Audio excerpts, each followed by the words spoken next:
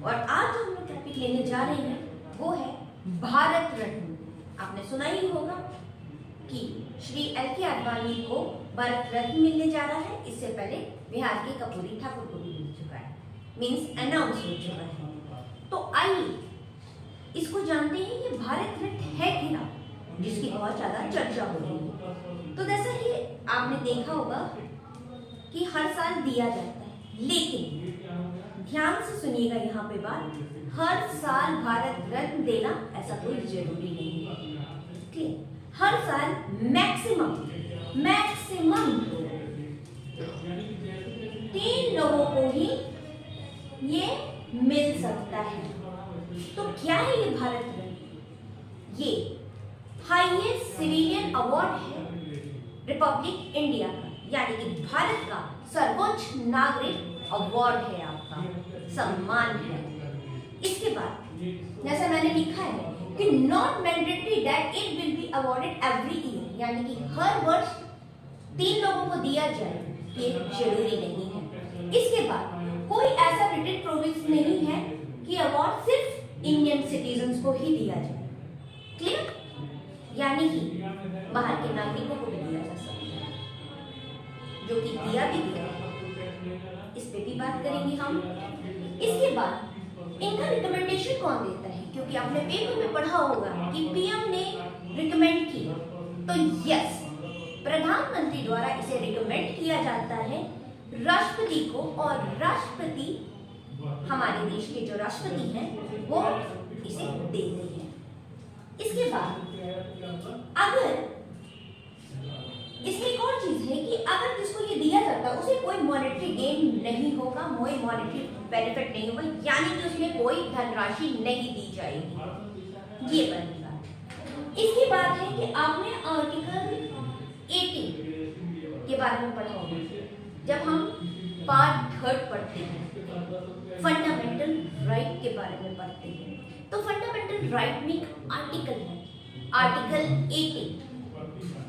वो कहता है कि जिस तरह से पहले ब्रिटिश काल में नायक, महाराजा, अधिराजा, इस तरह से आपने हिस्ट्री में भी देखा होगा कई टाइटल, सम्राट, ये सब यूज किए जाते थे।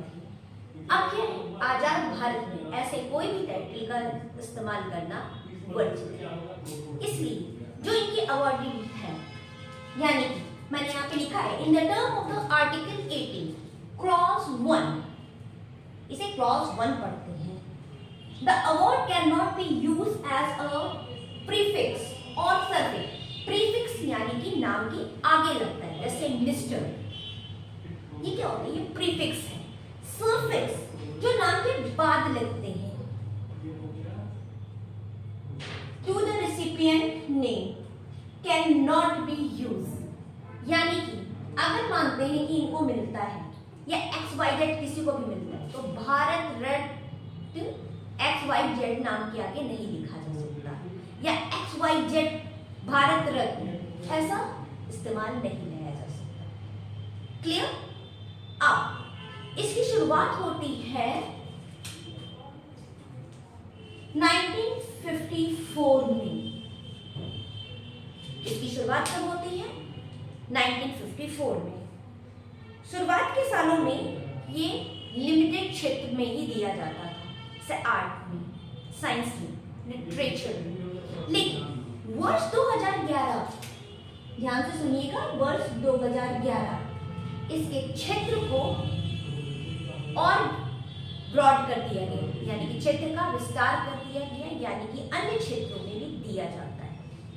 तो मेरा सबसे महत्वपूर्ण सवाल आप लोग से, और आप मुझे कमेंट करके इसका जवाब दीजिएगा कि कौन वो व्यक्ति होते हैं जिन्हें भारत रत्न मिलता है, किस लिए दिया जाता है।